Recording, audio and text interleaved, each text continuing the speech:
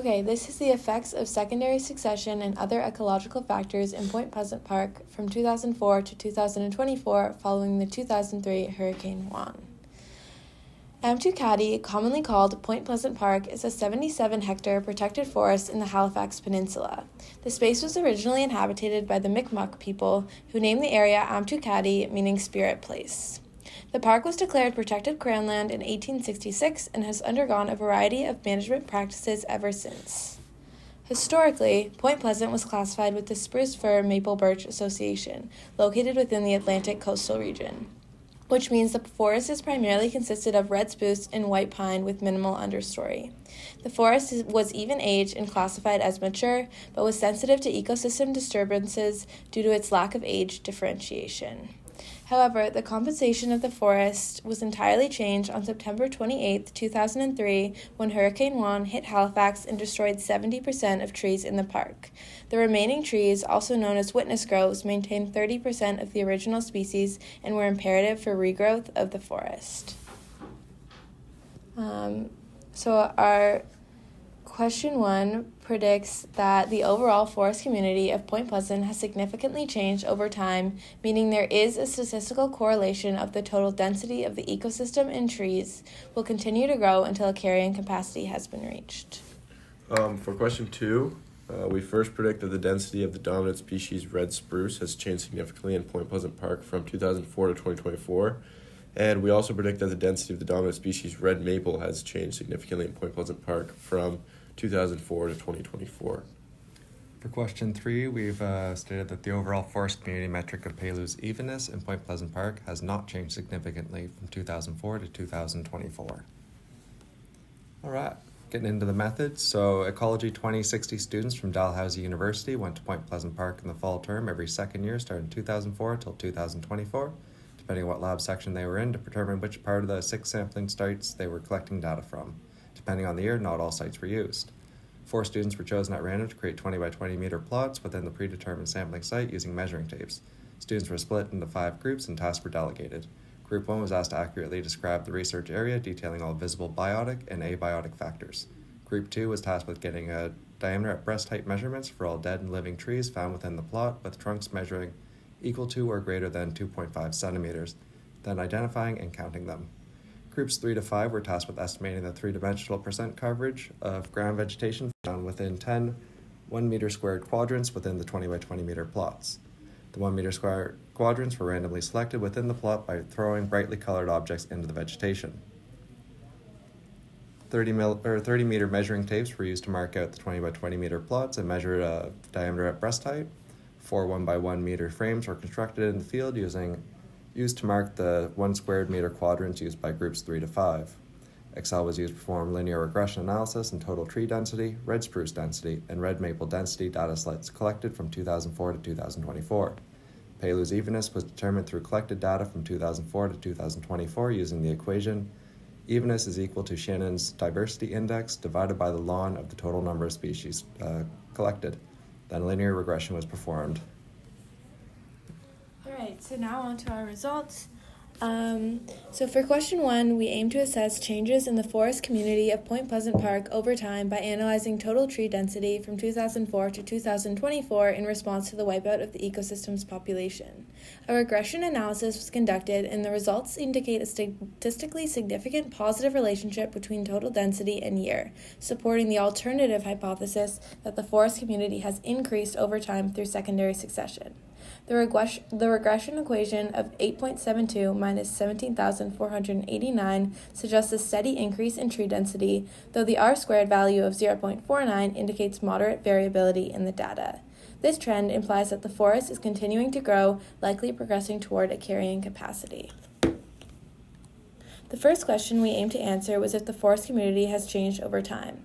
As the forest has undergone secondary succession following Juan, it has evolved and adapted a lot. In early stage succession, there was a large increase in native flora that thrived with the light exposure. However, they were replaced by the seedlings as trees covered the light. In addition, as emphasized by our results, the overall density of trees has rapidly increased within the park, building a dense canopy. This can be defined as a component of stage 1 of succession. Currently, there is a co-dominance of red maple and red spruce within the park, which is a change from previous dominance of red spruce and white pine.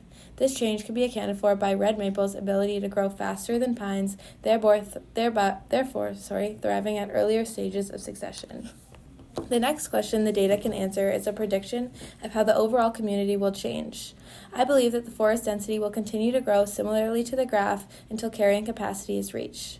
As the park becomes more dense, crowding could occur, which will increase both intra and interspecific competition for light compensation and water resources, therefore slowing growth and allowing for the stronger competitors to begin to dominate. For question 2, in order to test the changes in density of the dominant Point Pleasant Park species from 2004 to 2024, 2 linear regression analyses were conducted on the red spruce and red maple species densities found in the park. The density of the trees were collected from 5 different sampling locations from 2004 to 2024. To begin, the red spruce did show an increase in density at these 5 sites since 2004. The R-squared value was 0.12, indicating variance in the data. However, the regression analysis did indicate a significant positive relationship in the data.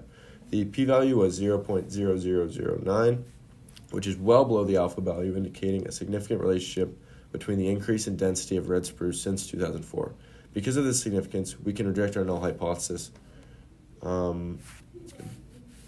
Secondly, the red spruce also showed a large increase in density at the 5 sites since 2004. The R-squared was 0.16, again indicating variance in the data. However, the regression analysis did again indicate a significant positive relationship in the data.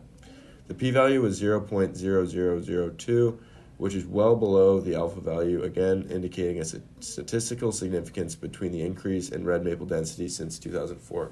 Because of this significance, we can again reject our null hypothesis. After conducting these statistical tests, we asked how the density of these 2 populations have changed over time and why. The red spruce populations have seen a slow and more gradual increase in population density when compared to the red maple. This is due to its much longer generation time than the red maple, ranging from approximately 30 to 50 years before being able to reproduce. The large spike in density may be the result of some trees finally reaching reproductive maturity in one large group. The red maple, on the other hand, shows a much faster and extreme increase in density compared to the red spruce. This is because red maple has a much faster generation time than the red spruce, typically reaching reproductive maturity around 5 years. These trees showed a strong positive linear trend in increase until 2019. But we also aim to look at how these densities will continue to change as Point Pleasant Park approaches their climax community.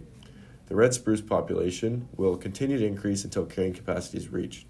This is because these trees thrive in later successional stages, and they will outcompete and outgrow red maple species. This is because of their high shade tolerance and their ability to persist in an environment after early successional competition is passed, and there's a higher canopy cover with less light exposure. As for the red maple, as the red spruce increase in density and maturity, the increase in red maple density will slow. This is because red maples are less shade tolerant than the spruce, so as the canopy cover increases in later successional stages in a more mature forest, the seedlings of the red maple will have a much harder time growing in less light-ready areas.